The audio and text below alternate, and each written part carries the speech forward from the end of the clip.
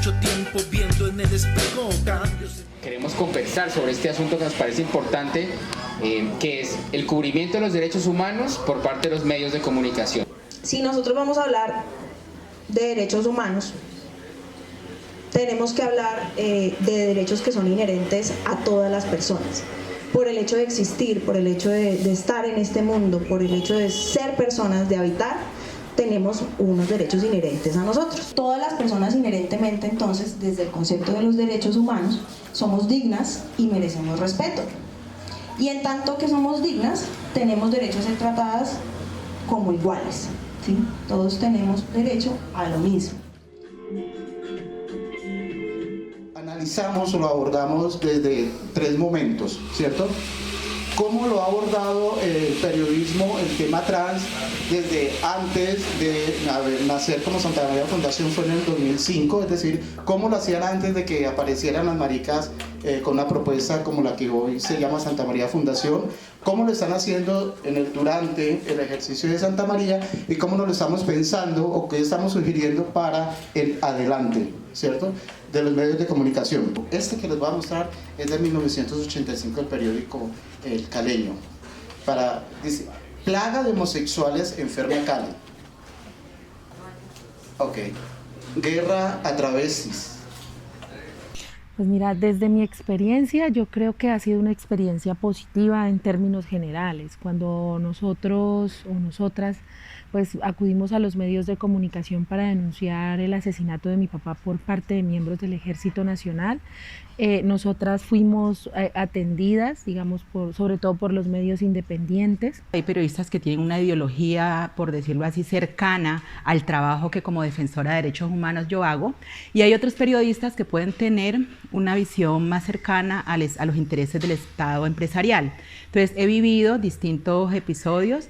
Generalmente mis comentarios, mis testimonios son recibidos y son potenciados con los análisis periodísticos a favor de lo que yo quiero denunciar o lo que yo quiero hacer público. Generalmente las violaciones de derechos humanos se da contra gente o contra personas de las cuales, digamos, ocurridos los hechos inmediatamente, pues no se tiene la claridad de si es o no es culpable, digamos así, y se emiten, si pienso yo, juicios de valor en torno a las personas, digamos, a qué hacía, a cómo se desenvolvía su cotidianidad, y no frente a el crimen como tal, a la violación, a la vulneración de sus derechos, que es lo que debería primar por parte no solo de los medios de comunicación, sino también del Estado. Ya el periodismo se monta en una buena onda de decir, ay, puta, ya me la pillé. Ya no son los homosexuales, sino travestis. Entonces, los travestis.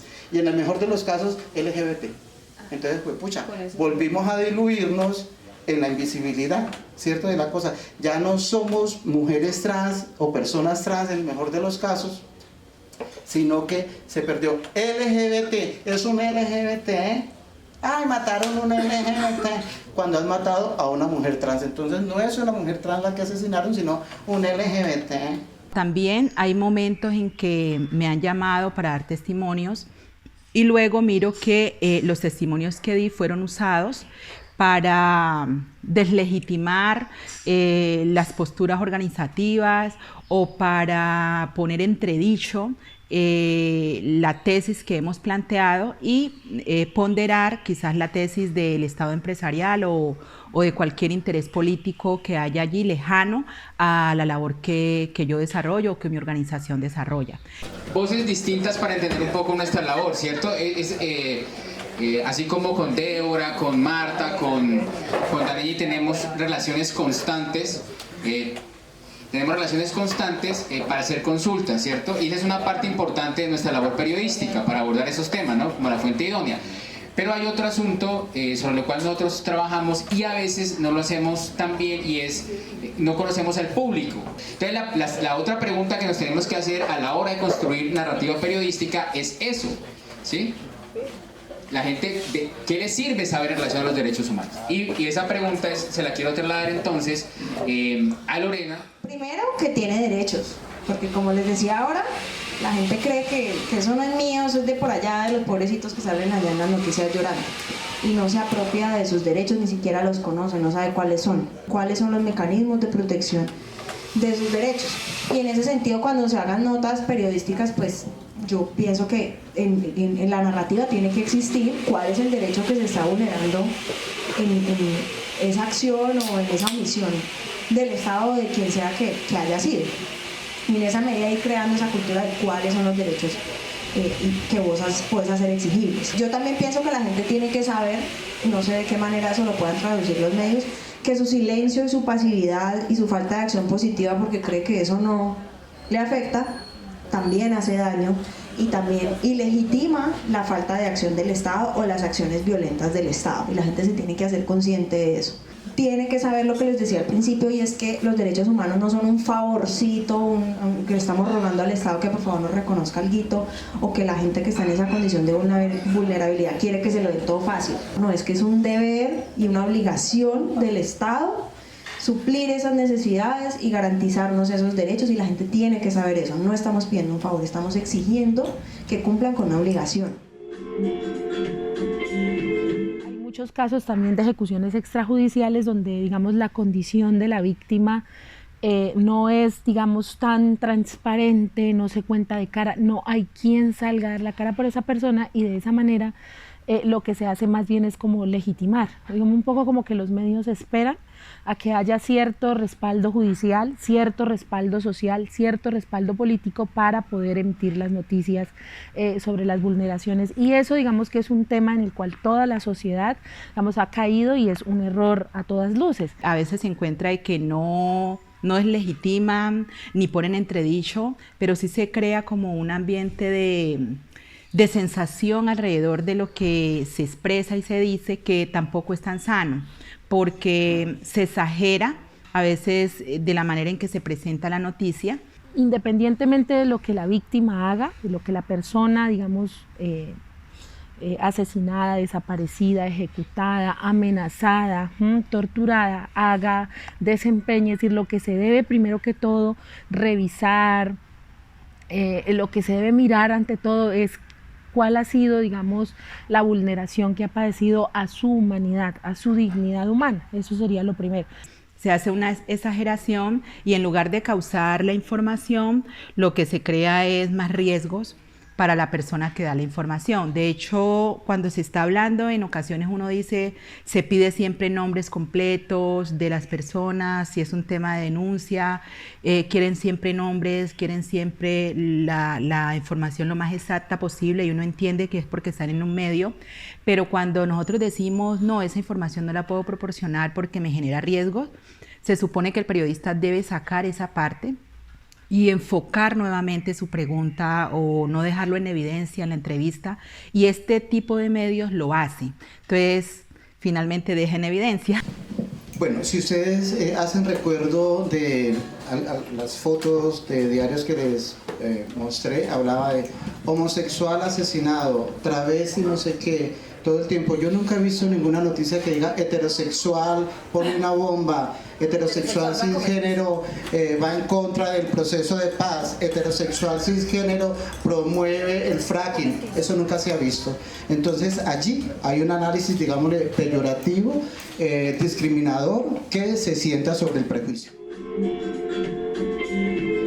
Desconocer la identidad de género de las personas, terrible, y pues, lo que estás hablando, las comillas, los artículos, exacto. Entonces siempre preguntarle a la persona cuál es tu identidad, cómo te querés identificar, y trabajar con eso desde el principio hasta el fin.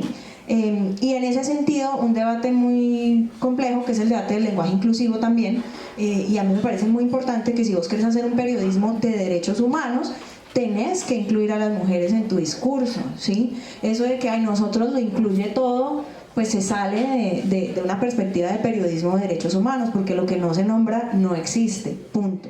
Una cosa súper básica, creo que es la ética profesional y la ética social política que debe tener el periodismo, como las otras disciplinas de las ciencias humanas, las ciencias duras, como se quiera llamar ese rollo. Creo que a partir de ese reconocimiento, de ese desafío que tendría el periodismo para narrar la realidad de las personas trans en concreto, tendría que tener el espíritu centrado en reconocer la dignidad de esa persona. Aunque yo sé que a veces la objetividad se convierte en una retórica, yo creo que es un camino, y el camino de una u otra manera orienta para que se cumpla un principio fundamental de un medio de comunicación, y es informar.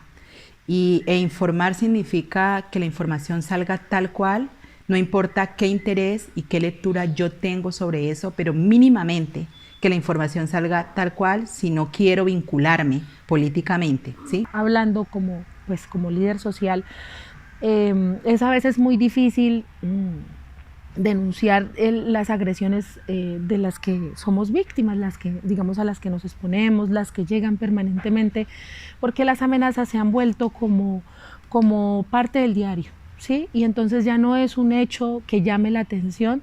Entonces ya se nos pregunta, por ejemplo, cosas como, pero si las águilas negras no operan en este sector, o las autodefensas gaitanistas, no, o sea, es decir, nosotros no sabemos dónde operan, qué hacen, cómo se desenvuelven, o sea, sabemos que nos llega una amenaza, y frente a ello yo creo que sí es importante la visibilización, la denuncia y la sensibilidad frente a ese tema. El desafío que tenemos todas las personas es dejar de rotularnos y dejar de nombrarnos desde rótulos y desde maneras como nos hemos intentado relacionar, ¿cierto? El negro, siempre sobretipando a la gente, el negro, el indígena, si eso no es necesario, eso no le apunta, eso no le apuesta, eso no sirve para absolutamente nada. Creo que el desafío es reconocernos en esa humanidad que encarnamos, en esa ciudadanía que vivimos y en la dignidad que esperamos. Paso mucho tiempo viendo en el espejo cambios en mi vida, cambios sin sentido.